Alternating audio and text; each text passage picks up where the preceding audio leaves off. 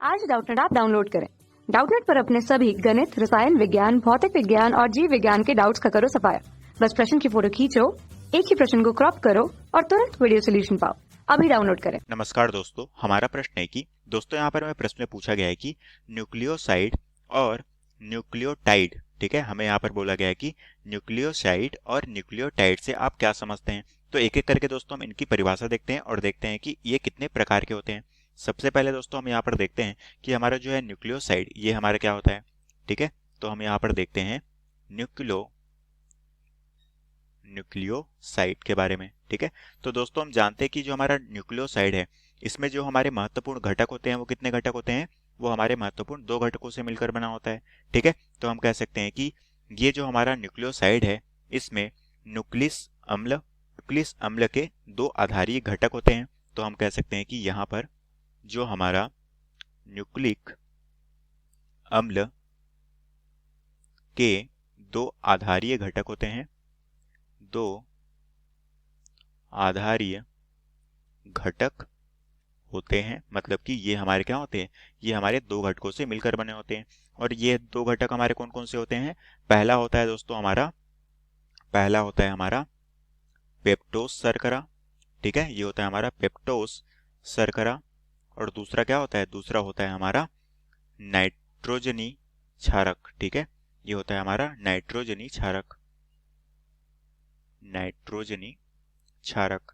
तो इस तरह से ये हमारे इन दो घटकों से मिलकर बना होता है, ठीक है। अब दोस्तों हम कह सकते हैं कि ये हमारे दो मुख्य घटकों से बना होता है। पहला होता है हमारा पेप्टोस शर्करा, दूसरा होता है हमारा नाइट्रोजन क्षारक। तो हम कह सकते हैं कि ये इन दोनों का योग होता है। तो हम यहाँ पर कह सकते हैं कि ये इन दोनों से मिलकर बना होता है। और ये जो हमारा न्यूक्लियोसाइड है, इसके प्रकार कितने होते हैं, इसके प्रकार होते हैं, ये मुख्यतः दो प्रकार के होते हैं, ठीक है। तो हम कह सकते हैं कि यह मुख्यतः दो प्रकार के होते हैं। कौन कौन से होते हैं, हम उनके नाम देख लेते हैं, ठीक है। सबसे पहला होता है दोस्तों, सबसे पहला प्रकार है, उसे हम जानते हैं न्यूक्लियोसाइड के तौर पे, ठीक है, जो कि होता है हमारा पहला प्रकार न्यूक्लियोसाइड, ठीक है। पहला प्रकार होता है न्यूक्लियोसाइड, ठीक है, न्यूक्लियोसाइड राइबोसाइड, ठीक है। इसका जो पूरा नाम होता है, उसका नाम होता है न्यूक्लियोसाइड राइबोसाइड, ठीक है। उसी तरह से दूसरा क्या होता है, दूसरा जो होता है, इसका नाम होता है डीऑक्सी राइबोसाइड। ये होता है हमारा डीऑक्सी राइबोसाइड। तो हम कह सकते हैं कि यहाँ पर ये जो हमारा न्यूक्लियोसाइड है, इसके दो मुख्यतः दो आधारीय घटक होते हैं। पहला घटक होता है पेप्टोस शर्करा, दूसरा होता है नाइट्रोजनी क्षारक, ठीक है। और ये मुख्यतः दो प्रकार के होते हैं, न्यूक्लियोसाइड राइबोसाइड और डीऑक्सी राइबोसाइड, ठीक है। तो ये हो गया दोस्तों इसके प्रकार। उसी तरह से दोस्तों हम यहाँ पर दूसरा देखते हैं। दूसरा हमें किसके बारे में पूछा गया है, वो हमें पूछा गया है न्यूक्लियोटाइड के बारे में, ठीक है। तो अब दोस्तों हम देखते हैं कि यहाँ पर न्यूक्लियोटाइड, ठीक है, न्यूक्लियोटाइड हमारे किस तरह से होते हैं और ये कितने प्रकार के होते हैं, ठीक है। तो दोस्तों हम कह सकते हैं कि ये जो हमारा न्यूक्लियोटाइड है, इसमें महत्वपूर्ण जो हमारा न्यूक्लिक अम्ल होते हैं, इसके कितने होते हैं, तीन घटक होते हैं, ठीक है। तो हम कह सकते हैं कि यहाँ पर ये हमारे न्यूक्लिक अम्ल के मुख्यतः तीन घटक होते हैं इसमें, ठीक है, मुख्यतः तीन घटक होते हैं, ठीक है। अब दोस्तों हम एक एक करके देखते हैं कि कौन कौन से वो हमारे घटक होते हैं, ठीक है। सबसे पहला हमारा जो घटक है, वो होता है हमारा नाइट्रोजनी क्षारक।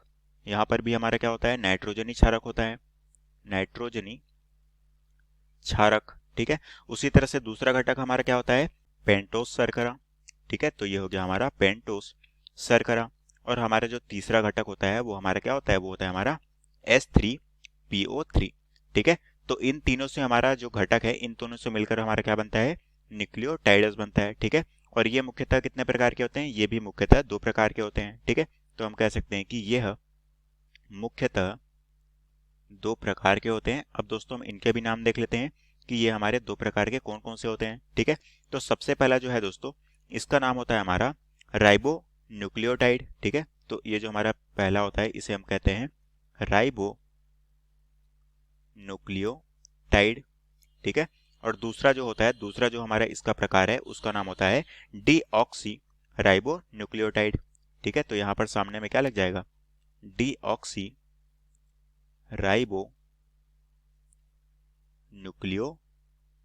न्यूक्लियोटाइड। ठीक है, तो ये हो गए दोस्तों इसके दो प्रकार। तो हमने दोस्तों यहाँ पर देखा कि हमें प्रश्न में बोला गया था कि इन दोनों को समझाइए। तो सबसे पहले दोस्तों हमने किसकी परिभाषा देखी, न्यूक्लियोसाइड की। ठीक है, और यहाँ पर हमने देखा कि हमारा जो न्यूक्लिक अम्ल है इसके दो आधारीय घटक है, पहला है हमारा पेप्टोज शर्करा और दूसरा है नाइट्रोजनी क्षारक। इन दोनों से मिलकर हमारा क्या बनता है, न्यूक्लियोसाइड बनता है। और ये दो प्रकार के होते हैं, पहला जो होता है न्यूक्लियोसाइड राइबोसाइड और साथ में डीऑक्सी राइबोसाइड, इसके दो प्रकार होते हैं। और यहाँ पर दोस्तों जो हमारा न्यूक्लियोटाइडस है इसमें जो हमारा टाइड्स है, इसलिए इसमें क्या होते हैं, तीन घटक होते हैं। हम दोस्तों देख पा रहे हैं इसमें तीन घटक होते हैं, पहला होता है नाइट्रोजनी क्षारक, दूसरा होता है पेप्टोज शर्करा और तीसरा होता है H3PO3। और इन तीनों घटकों से मिलकर हमारा न्यूक्लियोटाइड बनता है। और इसके भी दो प्रकार होते हैं, पहला प्रकार होता है राइबोन्यूक्लियोटाइड और दूसरा होता है डीऑक्सी राइबोन्यूक्लियोटाइड। और यही दोस्तों में प्रश्न में पूछा गया था, जो कि हमारे प्रश्न का उत्तर है। तो आशा करता हूँ दोस्तों आपको ये प्रश्न समझ आया होगा। धन्यवाद। कक्षा 6 से 12वीं से लेकर नीट, IIT, JEE वो एडवांस के लेवल तक 1 करोड़ से ज्यादा छात्रों का भरोसा। आज ही डाउनलोड करें डाउटनेट ऐप या व्हाट्सएप करें अपने सारे डाउट्स 8400 400 400 पर।